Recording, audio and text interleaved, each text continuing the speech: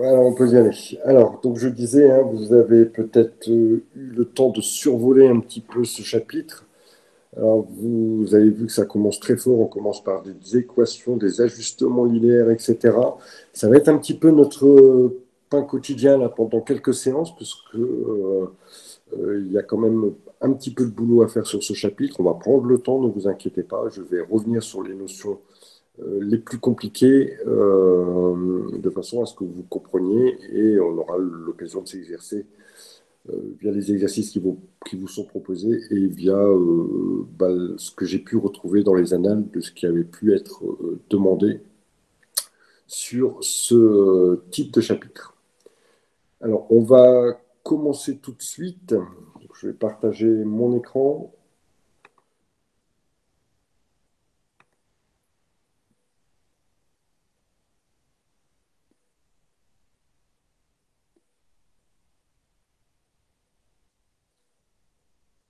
Alors, la feuille que je veux bien voir n'est pas là. Je ne comprends pas. Hop.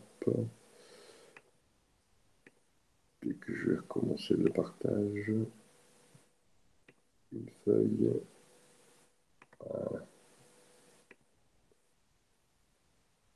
Voilà. Alors, la première chose que on va apprendre ici à faire, c'est à retrouver ce qu'on appelle le R carré, c'est-à-dire le coefficient de corrélation linéaire. Alors, d'abord, on va expliquer en deux mots ce qu'est ce coefficient. Ce coefficient permet d'établir une relation, une corrélation, entre deux séries de données. Ici, pour partir de l'exemple qui est fait dans le cours, hein, que je vais refaire avec vous pour vous en donner toutes les explications, si jamais vous ne l'avez pas compris ou que vous n'avez pas eu le temps de le voir, ce que je peux comprendre. Qu'est-ce que l'on cherche à établir? On cherche à établir une relation entre deux types de données. Obligatoirement, on a toujours deux séries de données. Ici, on a une première série de données de dépenses de publicité. Et on a observé une deuxième série de données qui est le chiffre d'affaires. Et ce que l'on cherche à établir, c'est est-ce qu'il y a une relation entre les dépenses de publicité et le chiffre d'affaires. Clairement, plus je vais dépenser en publicité, plus mon chiffre d'affaires va augmenter. Est-ce que cette relation existe vraiment et est-ce qu'elle est forte ou est-ce qu'elle est assez faible? Vous comprenez bien que c'est intéressant de savoir pour une entreprise qui engage des frais de publicité, est-ce qu'il y a un retour de cette publicité? D'accord? Est-ce que c'est payant? C'est-à-dire que là, ce que je vais rechercher, c'est y a-t-il une relation directe entre les dépenses de publicité et le fait que mon chiffre d'affaires baisse ou augmente? Alors, on a relevé sur les différentes années. En XI, on a donc la dépense de publicité. Hein, donc, je ne sais plus en quoi c'est exprimé, si c'est en milliers d'euros ou en millions d'euros, enfin peu importe l'unité. Dans tous les cas, on a la même unité, hein, que ce soit pour les dépenses de publicité ou pour les dépenses de chiffre d'affaires. Donc ça, je ne l'ai pas noté, je vais quand même le noter pour que ce soit clair pour tout le monde. Ça, c'est en année 1. Vous retrouvez l'énoncé hein, dans votre cours. Donc, on a fait des relevés.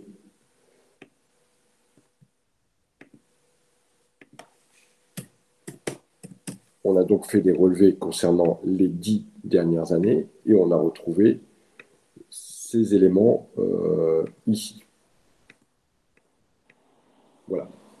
Alors, de ces éléments, on va essayer de regarder est-ce qu'il y a une relation donc, de cause à effet. Plus j'investis de pub, est-ce que j'aurai plus de chiffre d'affaires et est-ce que proportionnellement, ça se vérifie.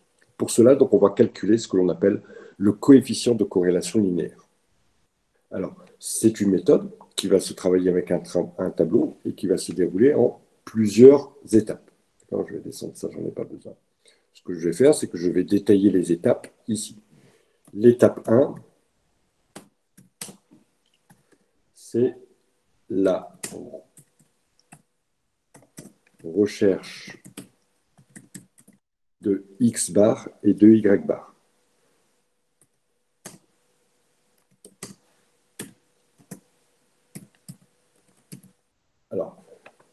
vous souvenez ce qu'est X bar et Y bar, j'espère. Est-ce que quelqu'un peut me répondre, soit par message ou soit directement en prenant la parole? Qu'est-ce que X bar? On a eu voilà, la moyenne, exactement, Céline et Laurine. D'accord? C'est donc la moyenne. Hop, je vais reprendre mes petits trucs ici.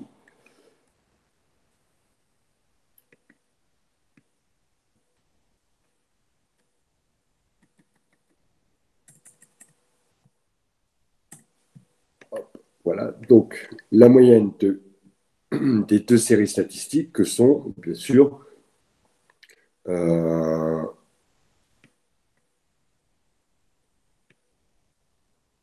alors, je suis désolé, c'est parce qu'il y a des gens qui arrivent en cours de route et à chaque fois je suis obligé de les accepter. Donc ici, hop, je vais commencer par Y bar, d'accord?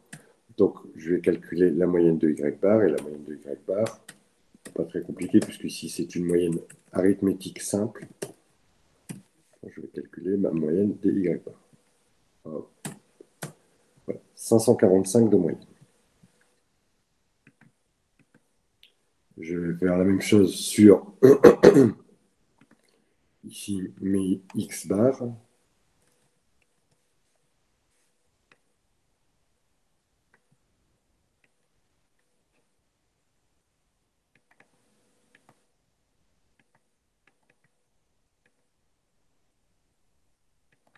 Allez.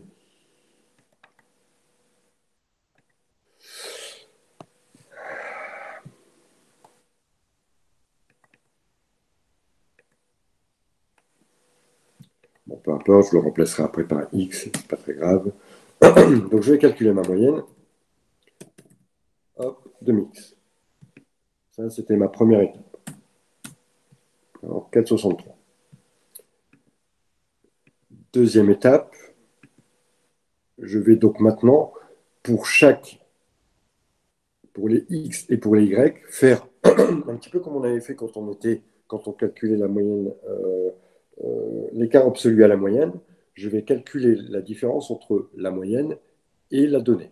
Donc ici, pour le calcul, que je vais mettre ici les détails du calcul dans ce tableau-là, je vais faire donc 4,83 moins 5. D'accord?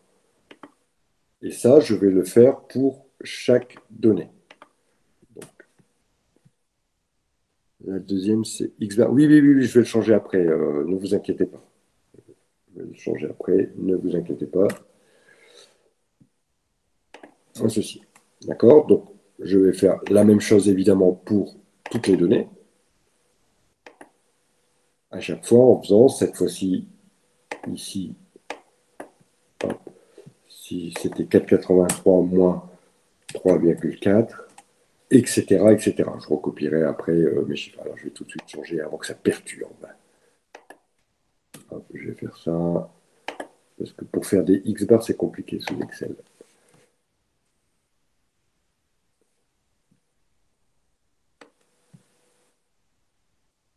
Voilà.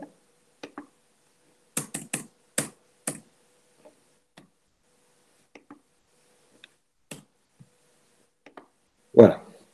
J'ai calculé donc mon X bar et mon Y bar ici. Et donc, Pardon, monsieur, mais pourquoi vous avez un résultat négatif?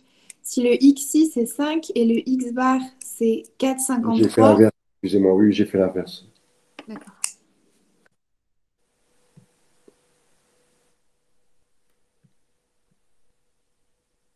Ah, attendez, je vérifie juste une petite chose. Je me suis trompé quelque part. Il faut que je réécrive ça.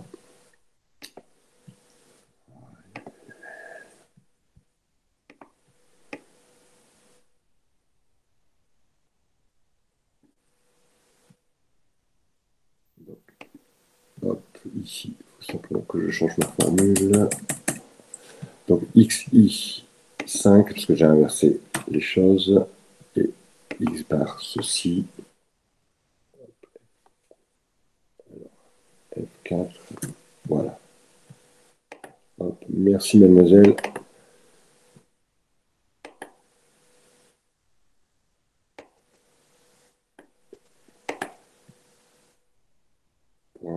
relever cette erreur que je vais corriger ici. Donc c'est 5 moins, c'est 4,63.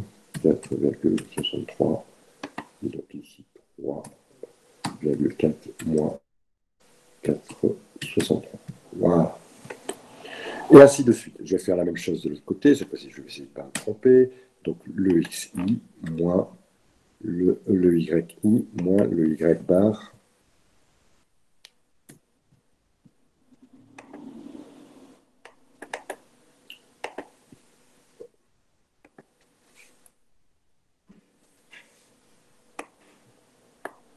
Voilà.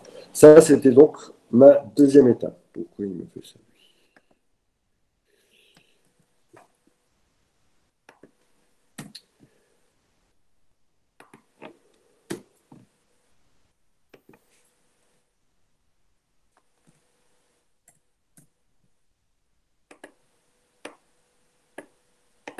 Voilà. Ça, c'était donc ma deuxième étape.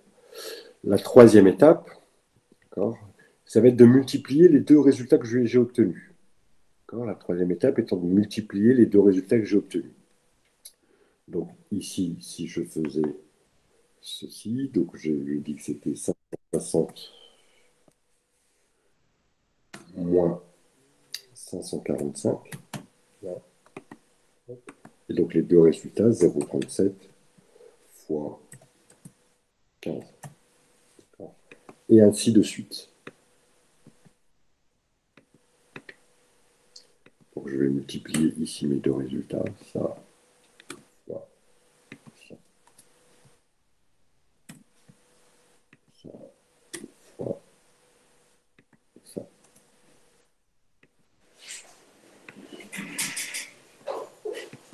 Voilà pour ma deuxième étape.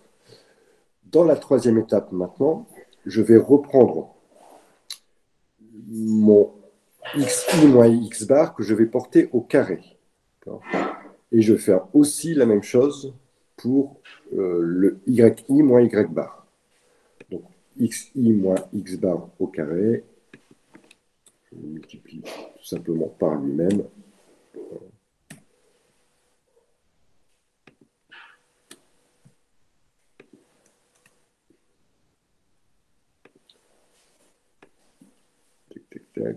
Et ici, la même chose pour les yi moins y bar que je porte au carré.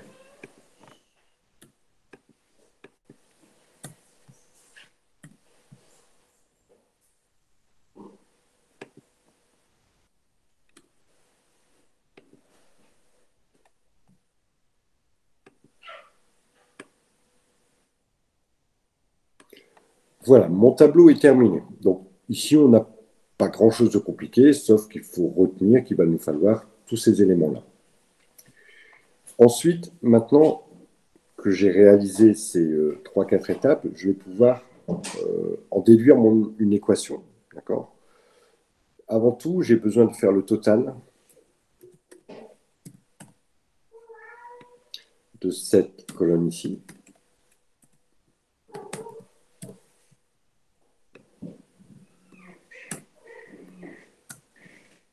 Et bien sûr, des deux colonnes aussi à côté.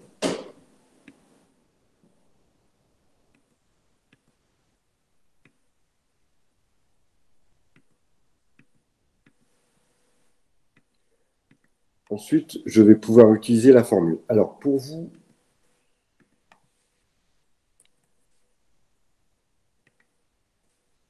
rassurer, la formule vous est donnée lors de l'examen.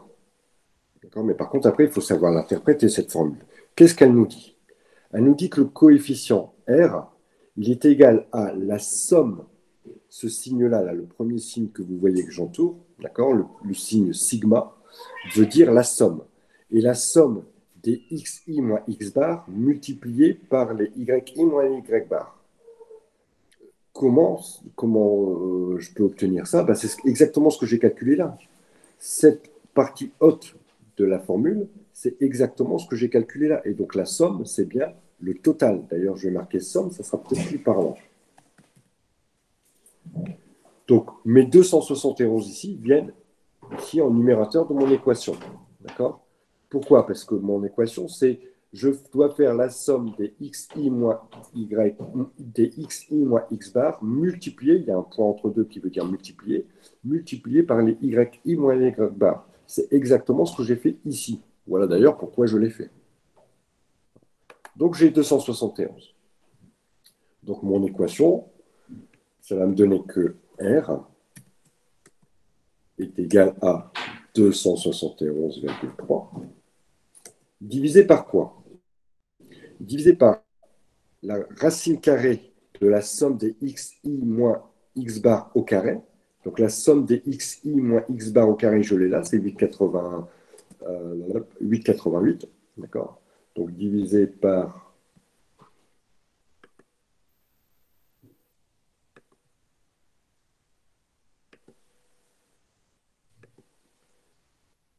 la racine carrée de 8,88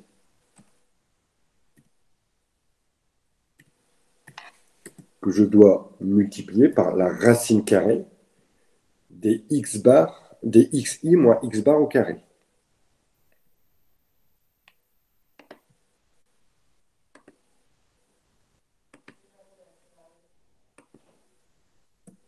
C'est-à-dire 9346. Donc, une fois que j'ai ça, je vais pouvoir résoudre mon équation.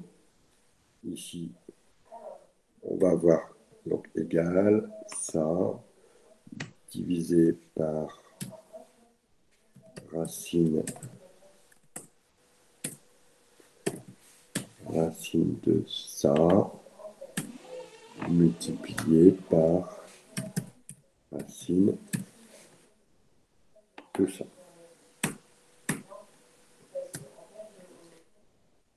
Je tiens un coefficient de corrélation ici qui est de, donc on va peut-être l'arrondir un petit peu, voilà, 9,94. D'accord. Alors, pour tout vous dire, ici, on va pouvoir arrondir à deux chiffres après la virgule sans aucun souci. D'accord. Donc, hop, je vous le marque en précision, on arrondit à 2 décimales.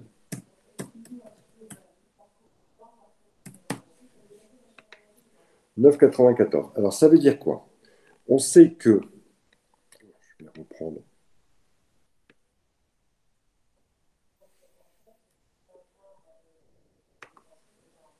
l'interprétation.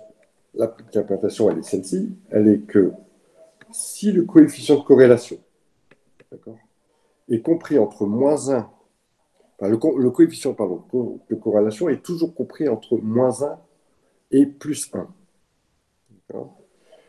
Plus il est proche de moins 1 ou de plus 1, plus la relation est forte. C'est-à-dire plus l'influence est importante. Par contre, plus il est proche de 0, plus l'influence est faible. Ici, on a un coefficient de corrélation qui est de 0,94, donc relativement proche de 1. D'ailleurs, par convention, on estime qu'un coefficient de corrélation linéaire qui est compris entre 0,8 et 1, ou entre moins 0,8 et moins 1, démontre d'une forte corrélation, c'est-à-dire qu'il y a une forte incidence entre la dépense de publicité et le chiffre d'affaires. On peut en déduire, puisqu'ici en plus le signe est positif, que plus on va dépenser d'argent, plus on fera de chiffre d'affaires. Plus on va dépenser d'argent en publicité, plus on va avoir un chiffre d'affaires relativement important, qui va donc dépendre de cette publicité, de cette dépense de publicité. Est-ce que vous avez compris? J'ai une question, monsieur, s'il vous plaît. Oui. Là, quand vous faites à l'ordinateur, tout est calculé, tout est simple. Nous, au BTS, c'est peu probable qu'on est sur 10 années comme ça, parce que sinon, on va mettre 1 heure pour faire un tableau comme ça. Alors, vous allez voir, ça va être très clair. Vous allez voir ce qu'on peut vous demander au BTS. Ça, l'exercice qui vous était demandé, c'est l'exercice du BTS de 2007. D'accord? Donc, imaginez-vous, vous avez 3 heures. Alors, je peux vous le ressortir même en PDF, puisque je l'avais, justement, j'étais en train de chercher des exercices. Voici l'exercice tel qu'il appelle. Ça, c'est mon cours. Donc, c'est pas ça. Hop, voilà. Voici l'exercice tel qu'il était proposé. D'accord? Donc ici, sur cette partie-là où on vous demandait de trouver le coefficient et de l'interpréter, c'est exactement l'exercice. C'est une partie qui est sur 4 points. Donc, cette année-là, il était sur combien? Il y a 4 parties. Donc la première partie, elle était sur 5 points. Sur 5 points. Ouais, donc c'est sur 4 points sur 20. Cette année-là, voilà, c'était 4 points sur 20. Donc vous voyez voilà comment c'était présenté au BTS, c'est exactement ce qui vous a été demandé là, je crois, dans l'exercice. Il me semble, hein, c'est ça, c'est le même exercice ou pas? J'avais cru voir ça. Exercice 1, oui, voilà, nom du testeur, etc. Donc, vous voyez le temps que vous auriez. En sachant que vous avez 4 exercices à faire pendant 3 heures, combien de temps vous allez faire pour faire ce tableau? En sachant qu'on vous donne quel genre d'épreuve, je ne peux pas vous le dire. Alors, si vous voulez vous amuser à faire des statistiques sur les épreuves, je peux vous communiquer, puisque moi, ça me sert quand même, hein, je peux vous communiquer 10 années d'épreuves et vous vous amusez à faire ce qui tombe le plus souvent, si vous voulez. Il n'y a pas de souci là-dessus. Euh, pour vous montrer, juste, alors, je sais pas si, tac,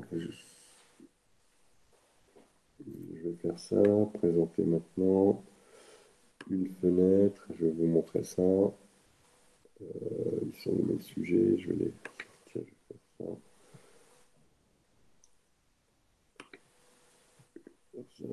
Et je vais faire annuler.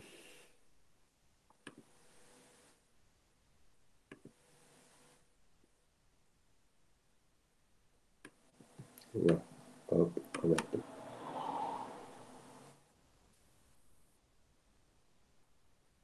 Alors oui, un petit peu les sujets qui tombent.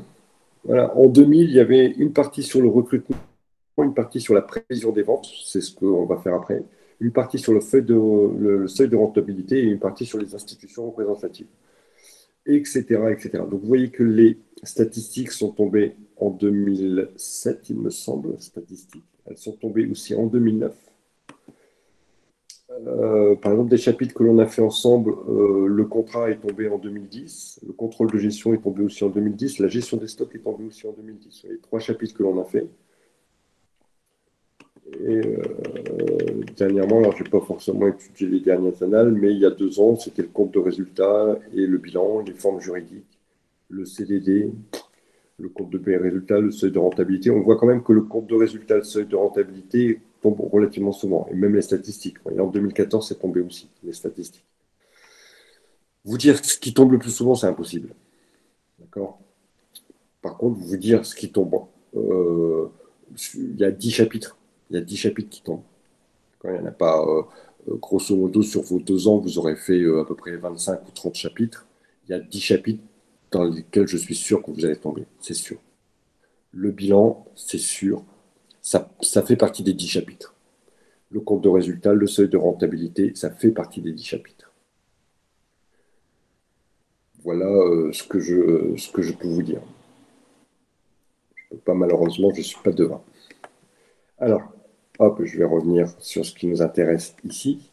D'accord. Donc, effectivement, votre question, elle est légitime, mais vous voyez que malgré tout, je vais arrêter cette présentation-là.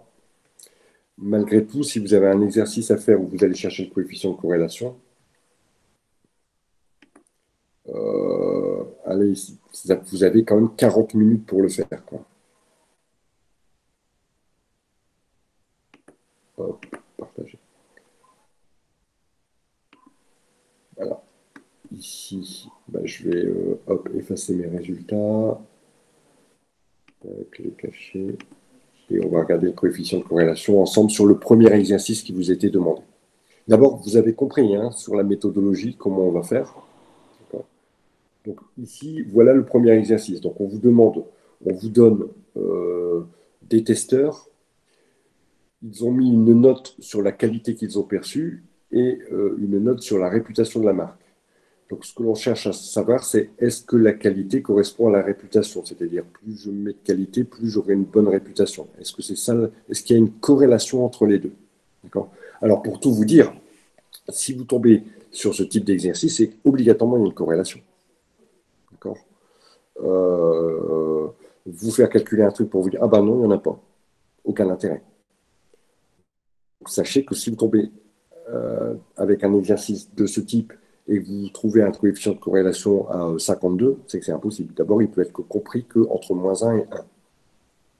Si vous avez un coefficient de corrélation très proche de 0, vous allez vous dire, ça craint un peu, parce que normalement, bon, il faudra peut-être revérifier vos calculs. Alors, ici, on a posé nos données en termes de x, y et x et y. Et tout ce qu'on vous donnait, c'était ça, et la formule de calcul. On vous donnait la formule de calcul dans le, dans le sujet. Après, il fallait obligatoirement faire son tableau. Donc d'abord calculer sa moyenne, ce que j'ai fait par avance ici. Ensuite, calculer ici notre soustraction, hein, d'accord? Alors, je ne vais pas refaire les calculs un par un puisque je les ai déjà faits, je vous les donne. Ensuite, la même chose pour les y. On multipliait les deux, ce qui me permet d'obtenir le haut de ma formule ici.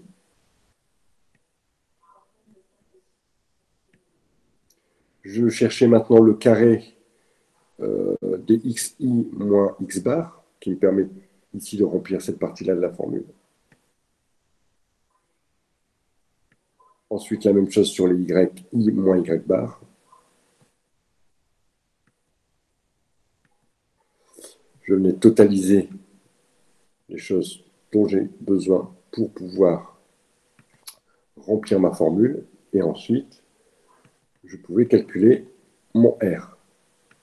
Mon R, c'est cette partie-là qui remplit cette partie-là de la formule.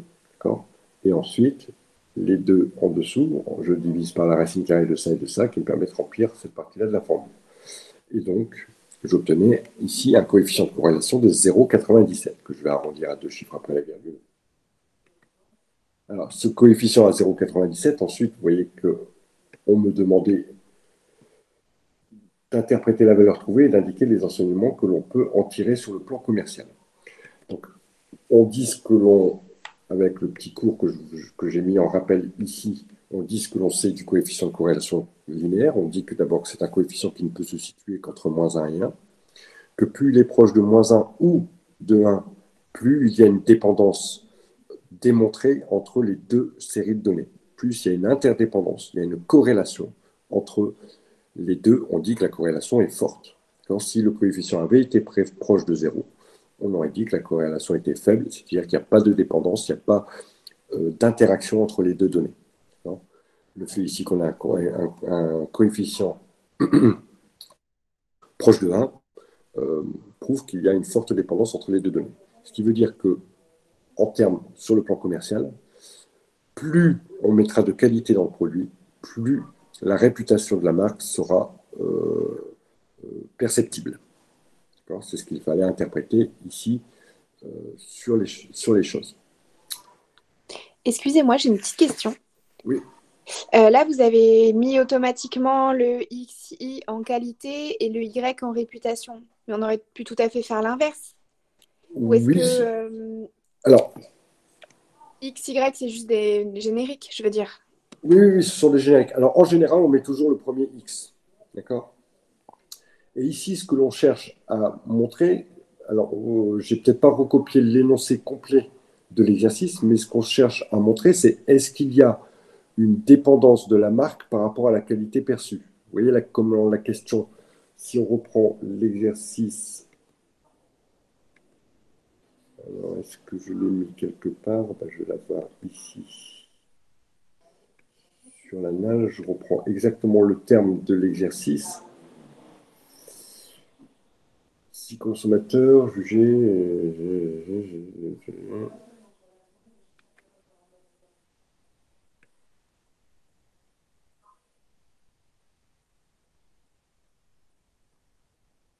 Le coefficient R qui permet de savoir si la marque a un impact sur la perception de la qualité. Vous voyez, c'est pour ça que je dis, est-ce que tout à l'heure, ce qu'on avait fait avec, est-ce que les dépenses de publicité ont un impact sur le chiffre d'affaires? C'est pour ça que les dépenses de publicité, je les mets en XI et que le chiffre d'affaires, je le mets en YI.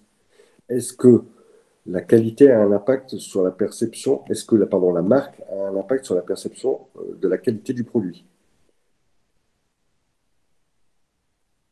Donc, je mets en relation les deux. Mais en même temps, peu importe, elles sont interdépendantes l'une des autres. Si j'avais fait les choses inverses, j'aurais retrouvé exactement les mêmes résultats, hein. Mais de toute façon, quand on va vous présenter le tableau, on va vous le présenter de telle façon à ce que dans la première colonne, on va mettre les XI et dans la deuxième colonne, on va mettre les YI. Puisque je multiplie l'un par l'autre. Donc, que je multiplie A par B ou B par A, ça va me donner exactement le même résultat. Ça répond à Ok, votre question? nickel. Oui, ouais, bien sûr, ça répond à ma question. Merci. Alors, on va regarder au niveau de l'exercice 2 ce qu'on nous demande. Alors, ici, voilà, on a un petit peu la même problématique que celle que l'on a vue pendant le cours.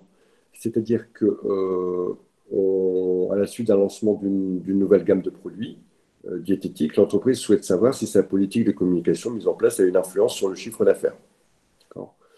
C'est-à-dire que est-ce que le budget va avoir une influence sur le chiffre d'affaires? Puisque le budget, on le maîtrise, mais le chiffre d'affaires, on ne le maîtrise pas. Elle vous communique les données suivantes. Vous voyez qu'ici, on travaille avril, mai, juin, juillet, août, septembre. On travaille sur 7 mois. Et on vous demande, dans un premier temps, de réaliser un graphique qui permette de connaître l'évolution. La deuxième chose, on vous demande de calculer le coefficient de corrélation linéaire et ensuite d'établir s'il y a une relation entre le budget publicitaire et le chiffre d'affaires. Alors, donner l'équation de la relation, on ne va pas pouvoir tout de suite. Dans l'état de ce qu'on a vu, nous, on ne va pas pouvoir le voir tout de suite. La première chose que l'on a fait, alors ici je l'ai fait avec l'outil Excel, hein, mais on aurait pu très bien le faire de façon manuelle, c'est de construire le graphique. Alors je crois que ça aussi, j'ai vu une épreuve passer, il faudrait que je regarde si je ne retrouve pas la même chose sur une épreuve, mais on vous donnait du papier millimétré, puis on vous demandait de faire le graphique. Ici, qu'est-ce que j'ai placé? Je place toujours mes X en bas, d'accord? Ou ce que je veux faire dépendre sur le côté et le reste en bas. Donc j'ai marqué, regardez mes dépenses de publicité ici, et mis mon chiffre d'affaires. Je vois nettement sur le graphique, à chaque fois, chaque point représentant ici, le premier point représentant 500, ça m'a rapporté 12 500 de chiffre d'affaires. Le deuxième point représentant 600, etc., etc. Il y a deux points qui se chevauchent, je crois entre 800 et 900, que l'on ne voit pas très bien, pas en détail en tout cas. Je crois que non, 800, 900, je vais avoir tous mes points et un deuxième point qui revient plein ici. Ici, vous voyez que j'ai tracé une droite. J'ai demandé à l'ordinateur de le faire, hein, ne vous inquiétez pas. J'ai tracé une droite et on voit qu'on arrive à avoir une tendance. On voit qu'il y a une relation entre les deux. On voit qu'il y a une droite. Si les points avaient été diffus, comme vous l'avez d'ailleurs dans votre cours, dans certains cas, si les points avaient été diffus, difficile d'établir une corrélation entre les deux. Je vais me permettre juste de prendre mes données.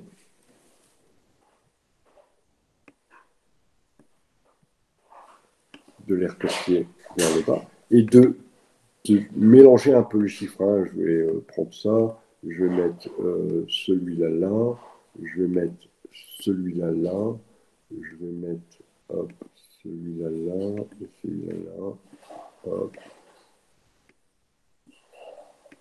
hop peut-être là. Donc j'ai mélangé les chiffres. Je vais refaire un graphique exactement sur celui que j'ai fait là. Donc, je vais faire le même graphique pour voir comment les points vont se distribuer.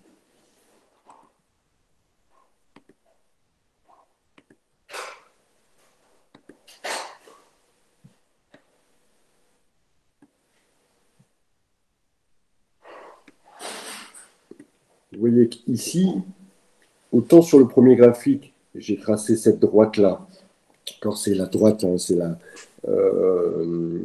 droite d'ajustement linéaire, mes points, ils sont pratiquement autour. Donc, je peux dire que voilà, si j'avais eu 700 euros, je peux déterminer exactement le chiffre d'affaires que j'aurais eu. Parce que les points, ils sont toujours très proches de cette droite qu'on appelle droite d'ajustement linéaire. Ici, compliqué, hein, compliqué. Les points, ils ne se situaient pas forcément très proches d'une droite. D'ailleurs, si je demandais à mon graphique de m'établir une droite, la droite, les points sont relativement éloignés de la droite. L'avantage, c'est que sur Excel, on a des choses. Ici, par exemple, vous voyez que j'ai un R, il a calculé tout seul. Hein. J'ai un R qui est à 0,0082. Donc, si je devais calculer mon coefficient de corrélation linéaire avec ces données-là, j'aurais un R proche de 0. Ce qui veut dire aucune relation entre les deux. C'est pas parce que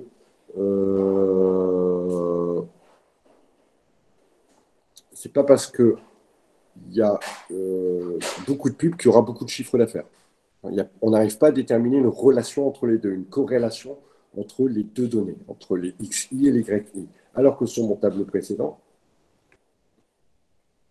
sur ces données-là, on voit bien que plus je mets de pubs, plus le chiffre d'affaires est important. On voit ici, par exemple, qu'au mois de septembre, j'ai mis moins de pubs, j'ai mis que 900 euros de pubs, et j'ai 15 000 euros qui est moins important que quand j'ai mis 1000, mais qui est plus important que quand j'ai mis 800. On devine déjà à la vue des chiffres qu'il y a une relation entre les deux, que plus je mets de pubs, plus j'aurai de chiffre d'affaires. Alors que dans les données que j'ai modifiées, hein, de deuxième tableau, il n'y a aucune relation. Si j'ai mis un tout petit peu de pub, pourtant j'ai fait beaucoup de chiffre d'affaires. Ici, j'ai mis plus de pub que là, et pourtant j'ai fait moins de chiffre d'affaires. Donc dans ces données-là, si on avait un tableau de ce type-là, avec ce type de données-là, quand on faisait le calcul du coefficient, moi je l'ai fait faire par l'ordinateur, il me l'a donné tout de suite, il m'a donné 0,082. Hop. Je le mets sur le côté pour que vous voyez bien. Il me donne 0,0082. Si j'arrondis à deux chiffres après la virgule, ça me fait 0,01. Qui veut dire ici que on a un coefficient très proche de 0. Si on l'interprète, il n'y a pas de relation, de cause à effet entre la dépense de publicité et le chiffre d'affaires qui est généré. Donc, le graphique nous permet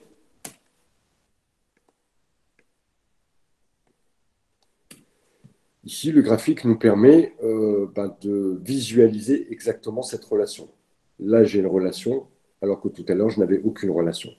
Alors, on va calculer ce R. Et peut-être, alors, sauf si vous l'avez fait, pour se chronométrer, moi, je me dis que normalement, en 7-8 minutes, on a réussi à le faire. Je vous remets quand même ce qu'il faut faire. Il faut calculer d'abord la moyenne. Est-ce que quelqu'un l'a fait d'abord? Est-ce que quelqu'un l'a fait depuis hier soir? Personne ne l'a fait. Je vous propose d'essayer de le faire. On se met normalement, on se donne un maximum de 10 minutes, d'accord, pour voir si on est dans les temps. À 10 minutes, on dit stop, comme ça me permet d'avoir le temps de faire la correction. Et si vous n'avez pas le temps de finir, on regarde à peu près où on en est. D'accord? Allez, je vous laisse faire. La première chose, hein, on fait la moyenne. Je vous remets quand même la méthodologie ici qui a été faite. Comme ça, pendant ce temps-là, je finis de compléter tout ça.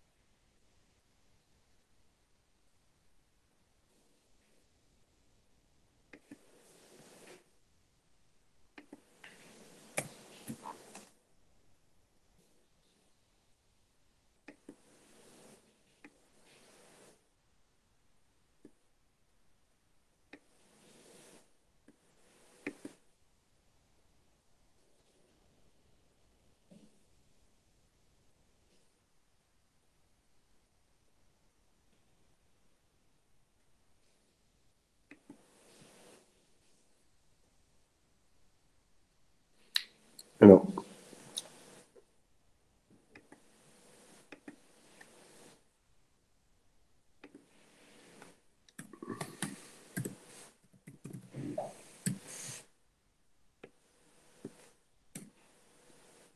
voilà pour x bar et voilà pour y bar. Ce sont bien les moyennes, hein. C'est bon pour vous, mademoiselle? Ouais, nickel, merci. C'était Françoise. Voilà.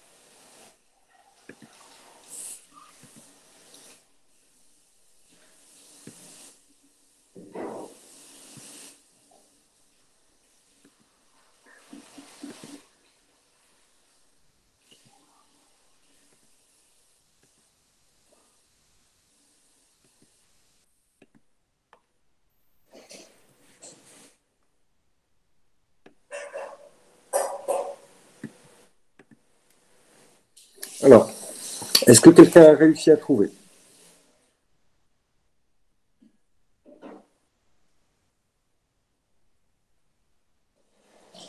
Moi, j'ai pas fini. Vous en êtes où? Moi, je suis en train de faire la multiplication entre les deux, D'accord, la allez-y. Je troisième. vous laisse encore un petit peu de temps pour dire.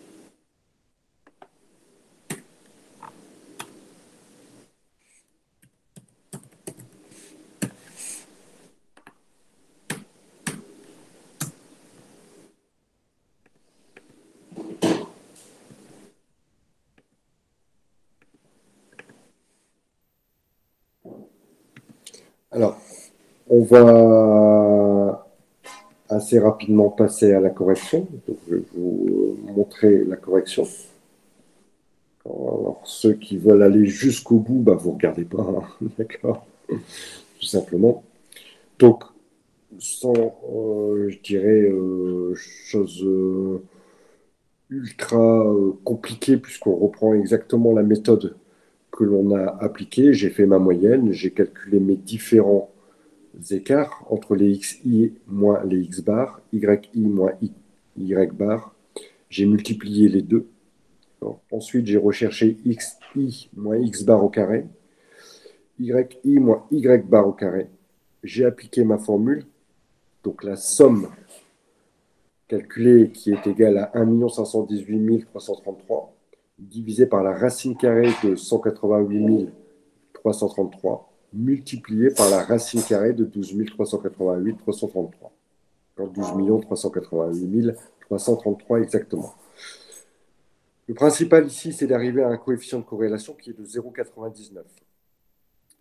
Et l'interprétation qu'on va avoir de ce coefficient de corrélation, c'est qu'il est très très proche de 1, ce qui montre une corrélation d'abord que l'on appelle parfaite, parce que plus on est proche de 1, plus la corrélation est parfaite. Et vous savez que quand on est entre 0,8 et 1, ou entre moins 0,8 et moins 1, la corrélation est dite parfaite.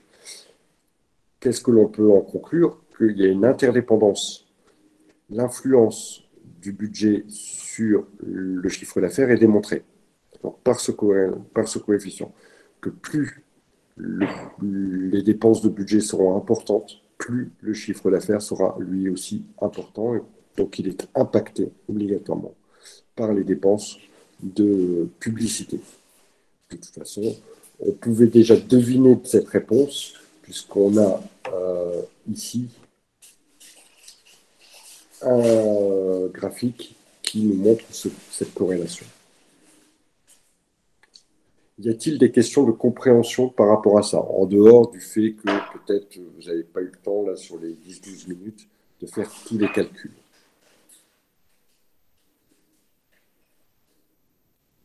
Vous vous êtes endormi ou tout va bien? Moi, je trouve que c'est trop lent. Bah, Et même alors, en faisant super attention, on arrive à avoir des erreurs. Enfin, je suis tombée comme vous à 0,99, mais j'ai pas du tout les mêmes valeurs. J'ai dû faire des fautes de frappe ou autre, hein. oui, les calculs sont bons, bah oui, oui, oui, oui, oui, oui, oui, mais prenez exemple là-dessus, c'est le test. Si vous savez faire ça, alors en plus de temps, hein, parce que ça, c'était noté sur 4, moi je dis sur 20, hein. Donc grosso modo, il faut le faire en 20 minutes. Il faut savoir le faire en 20 minutes, cet exercice-là. Exercez-vous chez vous, d'accord? Est-ce que je suis capable de le faire en 20 minutes? Ça vous montrera si, puisque je vous dis, hein, c'est un exercice qui était noté sur 4, sur 3 heures, vous faites le petit ratio, ça vous fait entre 20 et 25 minutes pour faire cet exercice-là. Je regarderai un petit peu aussi dans les annales les autres exercices qui pouvaient être proposés pour voir si effectivement ça demande du temps. Et si en termes de timing c'est faisable ou si c'est compliqué ou s'il faut se dépêcher dans tous les cas. Voilà, alors pour notre prochaine séance, nous nous revoyons, je crois, vendredi. C'est bien ça, si je ne dis pas de bêtises, hein. Nous nous revoyons vendredi, donc je pense que vous réussirez à faire les méthodes suivantes qui permettent de connaître maintenant la suite. C'est-à-dire, quand j'ai trouvé ce coefficient de corrélation, est-ce que maintenant il y a moyen euh, de deviner le chiffre d'affaires qui sera généré si, par exemple, si je reprends mon exercice 2, si je devais investir 1500 euros de chiffre de publicité. Donc maintenant que j'ai trouvé qu'il y a une relation, comment pouvoir prévoir les ventes? Il y a 3 méthodes pour ça, que vous allez donc voir, hein, d'accord, qui ne sont pas très compliquées non plus. Il y a 3 méthodes que je vous demande d'essayer de faire pour vendredi, au moins de faire un exercice ou deux là pour vendredi, de voir les méthodes de façon à ce que normalement en 1 heure on puisse bloquer les 3 méthodes, j'espère, Mais dans tous les cas, si vous n'avez pas compris, on prendra le temps qu'il le faut. Voilà, écoutez, s'il n'y a pas de questions, on va terminer cette séance maintenant. Et puis, savez-vous qui nous informera pour la date des LS? Je vais prendre vos renseignements. Je vais m'adresser moi à mon team manager, comme on dit. Et puis, pour vous rendre les DM, c'est marqué dans votre NetCampus. J'ai mis la date. Je ne l'ai pas en tête. Il faut regarder sur NetCampus. J'ai marqué la date de rendu des DM. Je crois que ça doit être le 24, non, 24 par quel biais? Le DM, mail ou dépôt sur le drive. Pas de souci. Je vais faire un dossier DM, comme ça vous pourrez le déposer dans ce dossier-là en particulier. D'accord? Voilà, allez, je vous souhaite une bonne soirée et puis on se dit à vendredi prochain. Ciao!